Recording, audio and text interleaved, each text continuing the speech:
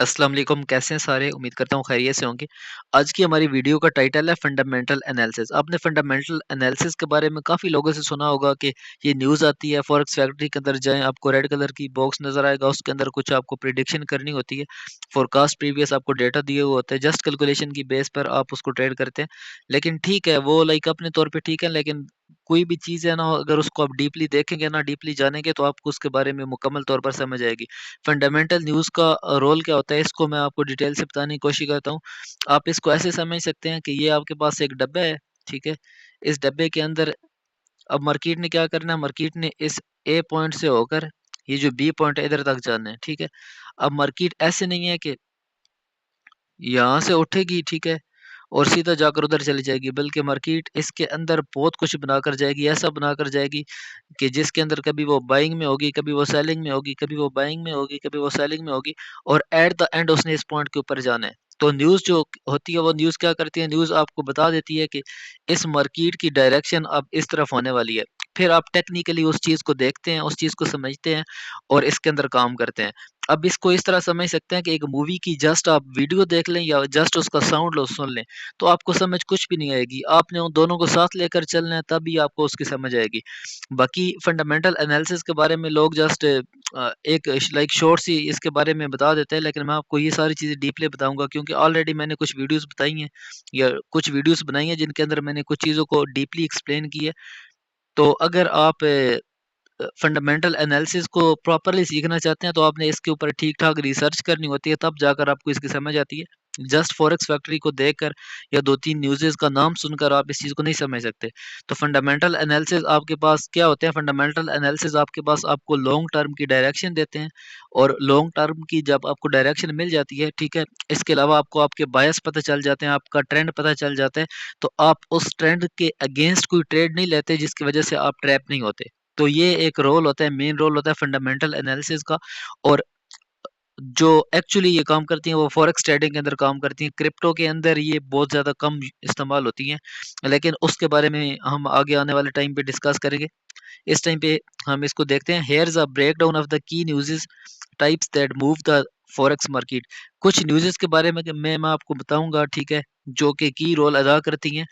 अब आप लोगों ने फॉरेक्स फैक्ट्री में या और हर जगह पे इनका नाम तो सुना होगा, लेकिन आज मैं आपको इनकी एक्सप्लेनेशन, इनकी डिटेल बताऊँगा और एक सीक्वेंस में बताऊँगा, ताकि जब आपके सामने कोई न्यूज़ आए ना, तो आपको पता चल जाए कि यार ये न्यूज़ क्या है, इसका मकसद क्या है। आप उसके ऊपर मुकम्मल रिसर्च करें, आपको पता चल जाएगा कि आने वाले टाइम पे इसमें क्या हो सकता है। तो सबसे पहले हमारे पास कुछ होती हैं डेटा वाली न्यूज़ेज़, जो कि इकोनॉमिक डेटा रिलीज़, जिनका डेटा लिखा हुआ आता है, प्रीवियस और फोरकास्ट जो होती है ना, वो डेटा होता है उनका और उसकी बिहाफ़ पे सब कुछ होता है। तो वो होती हैं इकोनॉमिक डेटा रिलीज़ वाली न्यूज़ेज़, ठीक है? इसके अलावा आ जाती हैं political events. Political events like किसी भी कंट्री के अंदर जब इलेक्शंस वगैरह होते हैं या इस तरह का कुछ भी होता है ना, या लाइक कोई जो जितने भी होते हैं दूसरे प्रेसिडेंट होते हैं, उनका कोई इस तरह का इवेंट आ जाता है या कुछ डेज़ आ जाते हैं, तो ये सारे पॉलिटिकल इवेंट्स के अंदर आ जाते हैं। इसके अंदर आपके पास कोई डेटा नहीं होता, बल्कि आपके पास कुछ न्यूज़ेज़ होती हैं, ठीक है? जो कि वो कंट्री के अंदर फैलाते हैं, ठीक है? इस चीज़ को हम डिटेल से जानने की कोशिश करते हैं। उसके बाद सेंट्रल बैंक्स अनाउंसमेंट। अब आपको इस बात का आइडिया तो हो चुका है कि जितने भी कंट्री हैं उनके सेंट्रल बैंक्स होते हैं, जाके जैसे पाकिस्तान के अंदर स्टेट बैंक ऑफ पाकिस्तान है, तो वो जितने भी कंट्रीज होते हैं उनके जो सेंट्रल बैंक्स होते हैं उनकी जो भी अनाउंसमेंट होती है, अब इसका भी डेटा नहीं होता, लेकिन ये जो अनाउंसमेंट करता है ना, उसके अंदर जो चीज़ ये बताता है, उस चीज़ के बारे में हम मुकम्मल तौर पर जानने की कोशिश करेंगे। उसके बाद इसके अलावा जितनी भी और मार्केट्स के अंदर जो मूव करवाने वाले न्यूज़ हैं, उन सब के बारे में जानने की कोशिश करेंगे, ठीक है? तो ये 4 हमारे पास बेसिक आ गई हैं। ये अदर मार्केट मूविंग्स के अंदर आपके पास वॉर हो गई, डिज़ास्टर हो गए, कुछ भी लाइक इस तरह का ज़लज़ला हो गया, सैलाब वगैरह आ गया, सुनामी आ गई, तो ये सारी चीज़ें इसके अंदर आ जाएँगी। तो प्रॉपर्ली आपके पास ये जस्ट 4 न्यूज़ेज़ ही होती हैं जिनको आपने देखना होता है और जिनको आपने समझना होता है। अगर आप इन चारों को समझ जाते हैं तो इसके बाद आपको किसी की ज़रूरत नहीं रहती। मैं आपको प्रॉपर्ली सारी न्यूज़ेज़ के बारे में बताऊँगा। स्टिल अगर कोई मिस हो जाती है या कोई रह जाती है, तो आप उसको लाइक कमेंट सेक्शन में बताना, मैं उसके बारे में मुकम्मल रिसर्च करके वो भी आपको सिखा दूँगा। तो सबसे पहले अभी हम आते हैं इकोनॉमिक डेटा रिलीज़। ऐसी न्यूज़ जिनका डेटा होता है, ठीक है?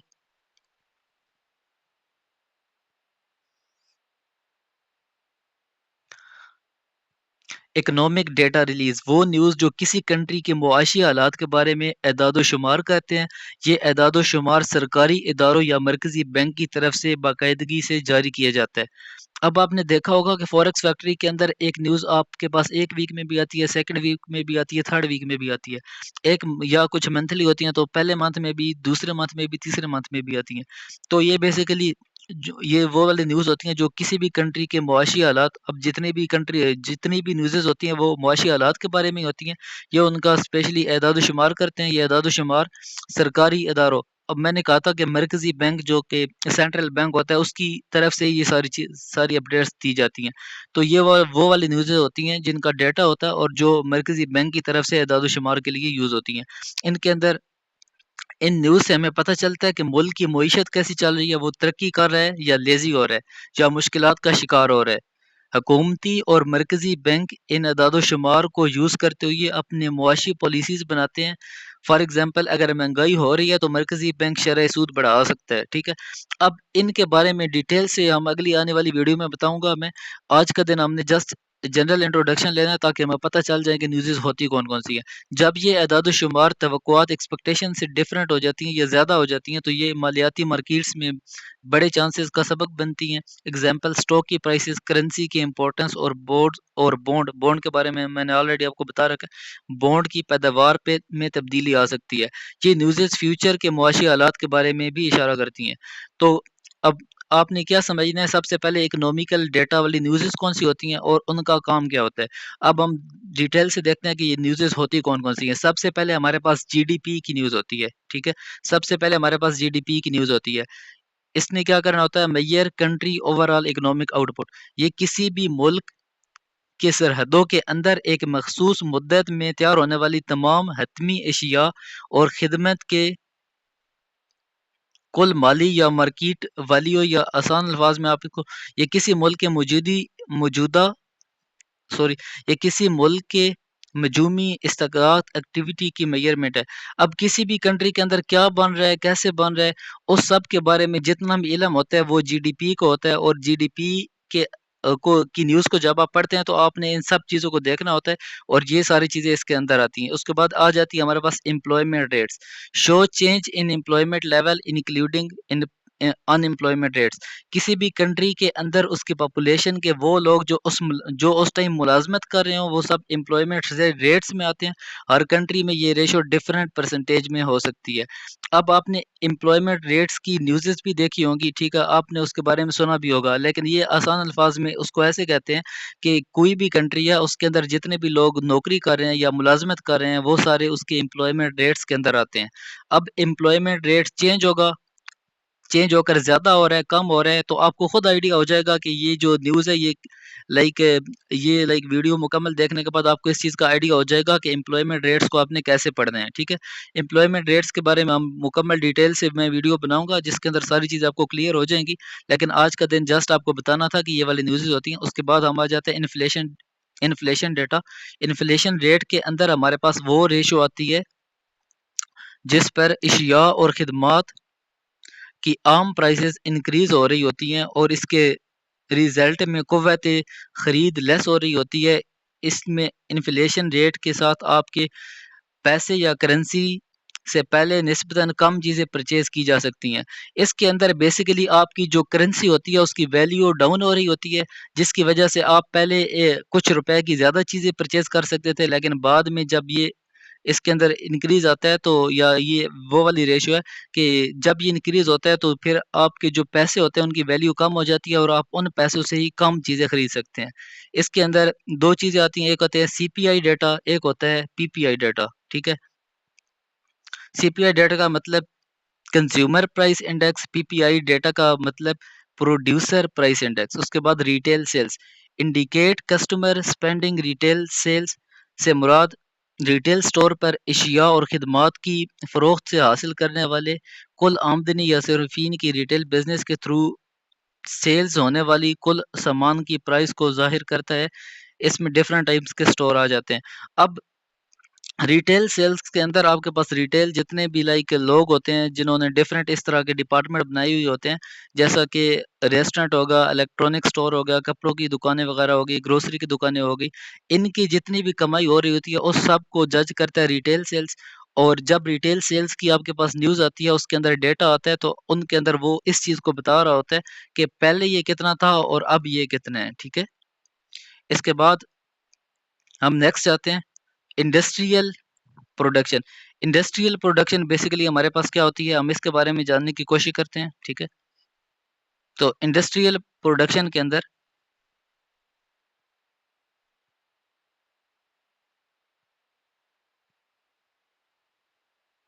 इंडस्ट्रियल प्रोडक्शन के अंदर सबसे पहले तो मेजरमेंट होती है output from factories and mines, ठीक है?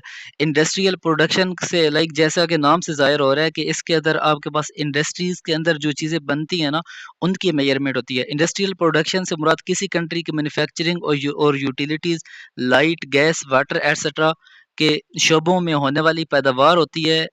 ये एक अहम इशारा होता है जो किसी भी कंट्री की इंडस्ट्रियल एक्टिविटी और मुआशी हालात को ज़ाहिर करता है। अब इसके अंदर आपको नाम से ज़ाहिर हो रहा है कि इंडस्ट्रीज़ के अंदर जितनी भी चीज़ें बनती हैं, जितनी भी प्रोडक्शन होती है, उन सब की मालूमात रखती है। इंडस्ट्रियल प्रोडक्शन की जब भी आपके पास न्यूज़ आती है, तो आप इस चीज़ को समझ सकते हैं। उसके बाद आ जाते हैं ट्रेड बैलेंस। ट्रेड बैलेंस क्या होता है? The difference between a country imports and export. अब कोई भी जो भी कंट्री है वो दरआमदात और बरामदात करता है, और उसके दरमियान जो भी फ़र्क होता है ना, उसको ट्रेड बैलेंस कहा जाता है। ये किसी भी कंट्री के इंटरनेशनल तिजारत को ज़ाहिर करता है। ये बताता है कि कोई कंट्री दूसरे कंट्री को कितनी अशिया और खिदमात फ़रोख्त कर रहा है या उनसे खरीद रहा है, ठीक है? इसके अंदर manufacturing PMI purchasing managers index आ जाती है। अच्छा, अ, ट्रेड बैलेंस के बारे में आप आई होप सो आपको क्लियर हो चुका होगा क्या होता है। अब ट्रेड बैलेंस की जब भी आपके पास न्यूज़ आएगी, तो आपको इस चीज़ का आइडिया हो जाएगा कि इसके अंदर क्या है और इसको हमने कैसे देखना है।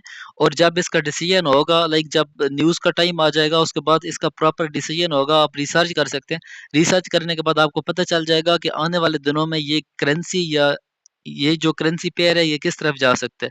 उसके बाद manufacturing PMI purchasing manager index indicates the health of the manufacturing sector. अब इसका मतलब ये है कि मैन्युफैक्चरिंग सेक्टर आपका जो है ना, उसकी जो हेल्थ है या जो उसकी तमाम उसके अंदर काम चल रहे हैं, उसके बारे में सारी मालूमात आपको देता है। ये एक मुआशी इशारा है जो किसी कंट्री के मैन्युफैक्चरिंग हेल्थ को ज़ाहिर करता है। पीएमआई परचेजिंग मैनेजर इंडेक्स का मतलब है कि ये एक सर्वे पर मबनी इशारा है जो मैन्युफैक्चरिंग कंपनियों की खरीदारी मैनेजर्स से हासिल करदा डेटा पर मबनी होता है। ये इशारा मैन्युफैक्चरिंग सेक्टर में कारोबारी हालात के चेंजेस को ज़ाहिर करता है। अब मैन्युफैक्चरिंग पीएमआई के अंदर बेसिकली उस कंट्री के मैन्युफैक्चरिंग कैटेगरी के अंदर या लाइक जो भी चीज़ें मैन्युफैक्चरिंग के अंदर जितने भी सेक्टर्स आ रहे हैं, उनके अंदर क्या हालात चल रहे हैं, ये उन सब चीज़ों की इंडिकेशन देता है। और जब भी आप इस चीज़ की न्यूज़ देखते हैं, तो आप समझ सकते हैं कि इसके अंदर मैंने कैसे काम करना है और कैसे मैंने इसके डेटे को पढ़ना है, और डेटे को पढ़ने के बाद जब न्यूज़ आएगी, कैसे मैंने मुकम्मल रिसर्च करके इसको अपने लिए मुफ़ीद बनाना है या यूज़ करना है। उसके बाद सर्विसेज़ पीएमआई, ये भी सेम वही है, लेकिन इसके अंदर indicates the health of services sector. अब जैसे उधर मैन्युफैक्चरिंग सेक्टर था, इधर सब कुछ वही है, लेकिन इधर मैन्युफैक्चरिंग सेक्टर की जगह सर्विसेज़ सेक्टर आ गया है। ये एक मुआशी इशारा है जो किसी कंट्री की खिदमात की हेल्थ को ज़ाहिर करता है। उसके बाद consumer confidence measure how optimistic consumer are all about the economy. एक मुआशी इदारा है जो ये ज़ाहिर करता है कि सारिफ़ीन मईशत के बारे में कितना पुरुम्मीद हैं या मायूस हैं। लाइक अब ये आपके पास डिफरेंट न्यूज़ेज़ आ गई हैं। अब आई होप सो आपको ये चीज़ क्लियर हो गई होगी कि जितनी भी वो न्यूज़ेज़ होती हैं जिनका प्रॉपर्ली हमारे पास डेटा होता है, वो कौन-कौन सी न्यूज़ेज़ होती हैं और उनका क्या मतलब होता है। अब नेक्स्ट टाइम जब आपके पास ये न्यूज़ आएगी ना, तो आपको समझ आ जाएगी, आप इसके डेटे को आसानी से पढ़ सकते हैं, और जब ये रिलीज़ होगी आप इसके ऊपर मुकम्मल तौर पर रिसर्च कर सकते हैं। रिसर्च करने के बाद इसको नेक्स्ट टाइम जब ये आएगी ना, तो तब तक के लिए आपके पास डेटा आ जाएगा और आप इसको ट्रेड कर सकते हैं। उसके बाद सेंट्रल बैंक अनाउंसमेंट, ठीक है। सेकंड हमारे पास न्यूज़ेस कौन सी होती हैं, जैसा कि मैंने ऑलरेडी आपको बताया कि हमारे पास 4 किस्म की न्यूज़ेस होती हैं, ठीक है। उसके अंदर जो हमारे पास सेकंड टाइप है वो है सेंट्रल बैंक अनाउंसमेंट। आपने काफ़ी टाइम देखा होगा सेंट्रल बैंक अनाउंसमेंट की न्यूज़ेस आती रहती हैं। आज हम इनको देखते हैं कि होती क्या है। इनके अंदर सबसे पहले आपके पास आ जाती है इंटरेस्ट रेट की, ठीक है। इसके अंदर इंटरेस्ट रेट का डिसीजन होता है। इंटरेस्ट रेट एक बड़ा टॉपिक है, इसको हम डिटेल से आने वाले टाइम पे देखेंगे, लेकिन जस्ट आज हम इसका इंट्रोडक्शन लेते हैं। Changes to benchmark interest rate set by central bank. अब सेंट्रल बैंक्स ने प्रॉपर एक इंटरेस्ट रेट बनाया हुआ होता है, ठीक है। वो जो चेंज आता है वो इस अनाउंसमेंट को इंटरेस्ट रेट डिसीजंस कहते हैं। इससे मुराद वो खिदमात, वो इकदामात होते हैं जो किसी भी कंट्री के मरकजी बैंक, जैसा पाकिस्तान के अंदर state of bank of Pakistan है, ठीक है। अ, इससे मुराद वो इकदामात होते हैं जो किसी भी कंट्री का मरकजी बैंक शरह सूद में चेंज करने के लिए उठाता है। शरह सूद में वो कीमत जो कर्ज लेने पर अदा की जाती है या बचत करने के ऊपर हासिल होती है, मरकजी बैंक शरह सूद को यूज़ करके मईशत को कंट्रोल करने के लिए होता है। अब जिस टाइम पे आप किसी भी लाइक बैंक से कर्ज लेते हैं ना, तो आपने उनको कुछ शरह सूद देनी होती है, ठीक है। या आप किसी भी बैंक में कुछ पैसे जब डिपॉजिट करते हैं तो वो आपको शरह सूद देते हैं। तो ये बेसिकली इंटरेस्ट रेट की जिसे के बिहाफ पे सब कुछ होता है। और जो भी सेंट्रल बैंक होता है वो इस इंटरेस्ट रेट को चेंज करता रहता है, और इसकी वजह से ही वो अपने मुल्क की मईशत जो होती है ना उसको कंट्रोल करता है। लाइक अगर महंगाई ज़्यादा हो गई है तो वो इंटरेस्ट रेट को बढ़ा देगा, अगर महंगाई कम है तो वो क्या करेगा, वो इंटरेस्ट रेट को कम कर देगा, और इस तरह लाइक वो इन चीज़ों को चेंज करता रहता है। उसके बाद मॉनेटरी पॉलिसी सिस्टम स्टेटमेंट। आपने ये न्यूज़ काफ़ी ज़्यादा सुनी होगी, आपको फॉरेक्स फैक्ट्री के अंदर नजर आएगी। Central bank communication about their economic outlook and future policy. इसके अंदर जो आपके पास मेन सेंट्रल बैंक्स होते हैं ना, वो इकोनॉमी के अंदर जो जो चीज़ें चल रही होती हैं उनकी प्रॉपर आउटलुक लेते हैं और उसकी बिहाफ पे कुछ डिसीजन करते हैं। ये एक दस्तावेज है जो किसी मुल्क के मरकजी बैंक जारी करता है। इस बयान में मरकजी बैंक मईशत के बारे में अपना पॉइंट ऑफ व्यू, पॉलिसीज और डिसीजंस की अनाउंसमेंट करता है। अब हर कंट्री के अंदर उसका सेंट्रल बैंक होता है, जैसे पाकिस्तान के अंदर state of bank of Pakistan है।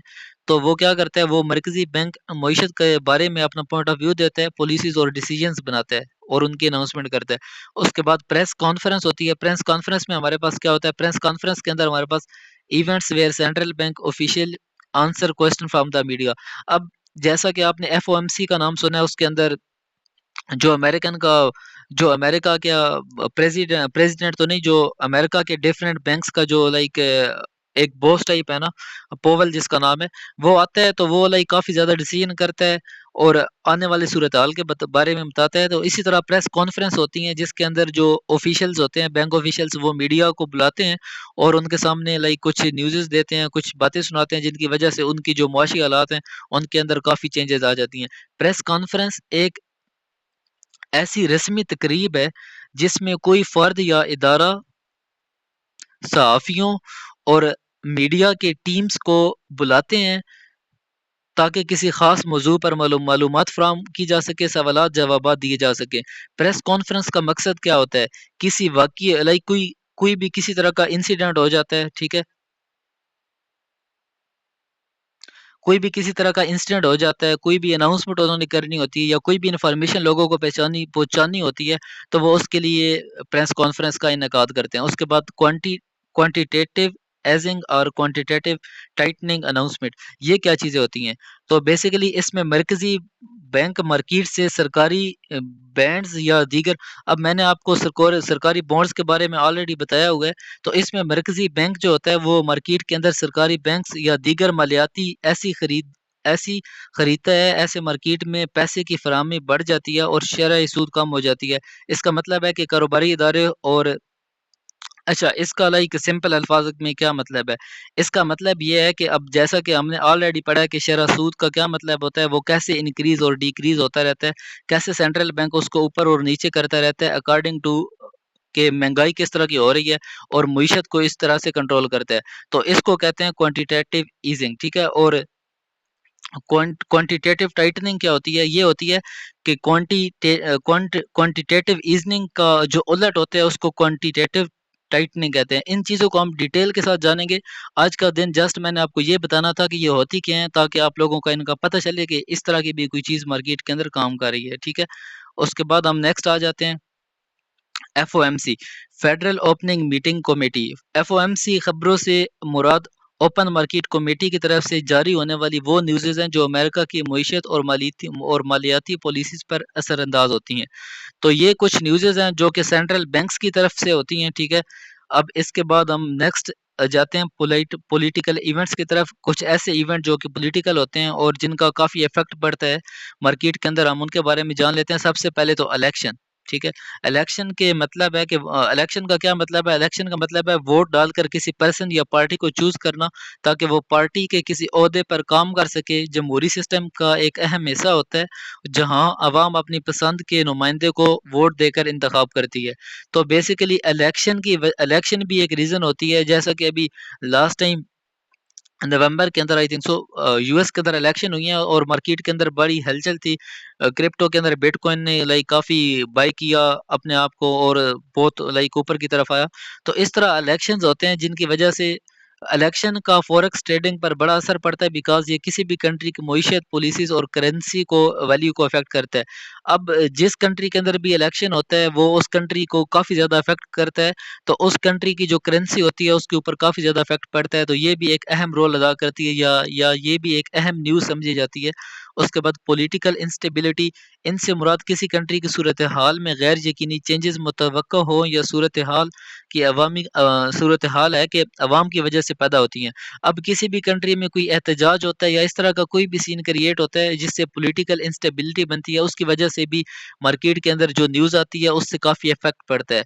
इसकी वजह से जो काफ़ी लाइक न्यूज़ेज़ आती हैं, uncertainty can deter investor weakens a currency. हुकूमत में तब्दीली होती है, तो ये भी as a political instability consider की जाती है और इसके अंदर भी जो मार्केट होती है उसके ऊपर काफ़ी इफ़ेक्ट पड़ता है। उसके बाद सियासी तशद्दुद, समाजी बदअमनी, अवामी एहतजाज और मुज़ाहिरे, करप्शन, कारोबार एक्टिविटी में रुकावट, महंगाई में इज़ाफ़ा, बेरोज़गारी में इज़ाफ़ा, जुराइम में इज़ाफ़ा, इंसानी हकूक़ की खिलाफ वर्जी, ये कुछ ऐसी चीज़ें होती हैं या ऐसे लाइक वाक़यात होते हैं जब ये किसी भी कंट्री में रूनुमा होते हैं, तो उस कंट्री की करेंसी के ऊपर काफ़ी ज़्यादा फ़र्क पड़ता है। इसके बाद हम आ जाते हैं जियोपॉलिटिकल इवेंट्स। कुछ ऐसे इवेंट्स जैसा कि वॉर्स हो गई, कॉन्फ्लिक्ट हो गई, इंटरनेशनल टेंशन्स हो गई, कैन क्रिएट मार्केट वोलेटिलिटी। अब ये जितनी भी लाइक इशू क्रिएट होते हैं, इनकी वजह से काफ़ी ज़्यादा इफ़ेक्ट पड़ता है मार्केट के ऊपर, ठीक है? इससे मुराद वो वाक़यात जो दुनिया के मुख्तलिफ ममालिक के दरमियान ताकत का तावुज़ ताकत का तवाज़ुन और इंटरनेशनल सियासत पर पे असरअंदाज होते हैं। ये वाक़यात जियोपॉलिटिकल अवामिल, कंट्रीज़ की बाउंड्रीज़, नेचुरल रिसोर्सेज़ और महल्ले वक़ूअ और सियासी अवामिल, हुकूमत की पॉलिसीज़, फ़ौजी ताकत और सफ़ारती ताल्लुकात की बाहमी तामुल से पैदा होते हैं। अच्छा, ये लाइक कुछ इस तरह के वाक़यात होते हैं जो कि एक तो कुछ तो नेचुरल होते हैं और कुछ लाइक कंट्रीज़ के आपस में जो ताल्लुकात अच्छे नहीं होते उसकी बिहाफ़ पे क्रिएट होते हैं और ये भी जो आपके पास मार्केट है उसके ऊपर काफ़ी ज़्यादा इफ़ेक्ट डालते हैं। इसके बाद हमारे पास गवर्नमेंट पॉलिसीज़ चेंजेज़ हो गई। अब कोई गवर्नमेंट जो कि बार-बार अपनी पॉलिसीज़ को चेंज कर रही है, इसकी वजह से मार्केट के ऊपर काफ़ी ज़्यादा इफ़ेक्ट पड़ता है। हुकूमती पॉलिसीज़ की तब्दीली से मुराद हुकूमत की तरफ से बनाए गए कवानीन, ज़वाबित में तब्दीली या तब्दीलियाँ मुख्तलिफ वजूहात की बिना पर हो सकती हैं, जिसमें शामिल है, ठीक है, चेंजेज़ इन टैक्स, लॉ और स्पेंडिंग। उसके बाद प्रेज़िडेंट स्पीच। अब आपको पता है कि कोई भी कंट्री का जो प्रेज़िडेंट होता है, जब वो स्पीच करता है, तो वो एक ख़ास मौके पर करता है और उस ख़ास मौके पर जब वो तकरीर करता है, तो वो उसके अंदर काफ़ी ज़्यादा चीज़ों को चेंज करता है, जिसकी वजह से उसकी जो कंट्री होता है, उसकी करेंसी के ऊपर काफ़ी ज़्यादा इफ़ेक्ट पड़ता है। इससे मुराद किसी कंट्री का सदर जब की जानिब से दी जाने वाले खिताब जो वो अपने कंट्री और इंटरनेशनल सतह पर अहम लाइक वो जो अपने कंट्री में करता है, जो कंट्री और इंटरनेशनल सतह पर काफ़ी अहम होता है। All country speech with their nation, जितने भी लाइक कंट्री के अंदर प्रेसिडेंट होते हैं वो अपनी अक़वाम के साथ इस तरह का खिताब करते हैं। इसके बाद हम 4th कैटेगरी में चले जाते हैं। 4th कैटेगरी मतलब कि जितनी भी न्यूज़ेज़ होती हैं इन सब के अलावा वो सारी 4th कैटेगरी में आ जाती हैं, ठीक है? उनके अंदर सबसे पहले पहले डाइजेस्टर। अब नेचुरल डाइजेस्टर ऐसी चीज़ है कि जो कभी भी हो सकता है, किसी भी वक़्त हो सकता है, इसके ऊपर ना तो कोई कुछ कर सकता है और ना ही कोई इसको रोक सकता है। इससे मुराद वो तबाही है जो कुदरती अवामिल की वजह से रूनुमा होती है और जिससे इंसानी ज़िंदगी, इमलाक और माहौल को शदीद नुकसान पहुँचता है। ये इंसानी कंट्रोल से बाहर होती है और इनका कोई इंसानी सबब नहीं होता। अब कुछ ऐसी सिचुएशंस आ जाती हैं जिनके साथ इंसान का कोई ताल्लुक नहीं होता। जैसा कि सबसे पहले आपके पास अर्थक्वेक आ गया, ज़ल्ज़ला आ गया। अब ज़ल्ज़ले के अंदर इंसान का कोई रोल नहीं है, ठीक है? और जब भी ये आएगा और ये ठीक-ठाक तबाही करेगा और उसकी वजह से जिन कंट्रीज़ के अंदर आएगा उनकी करेंसी को काफ़ी ज़्यादा इफ़ेक्ट पड़ता है।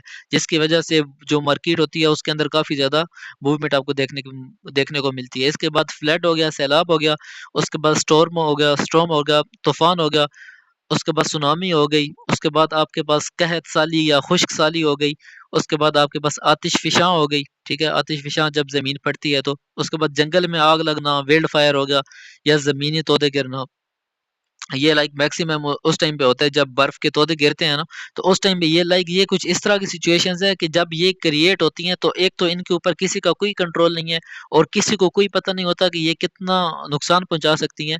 तो इनकी वजह से भी मार्केट के अंदर काफ़ी मूवमेंट होती है, काफ़ी इफ़ेक्ट पड़ता है, ठीक है? उसके बाद कंपनी अर्निंग रिपोर्ट्स, ये कुछ चीज़ें होती हैं जिनकी वजह से मार्केट के अंदर इफ़ेक्ट पड़ता है।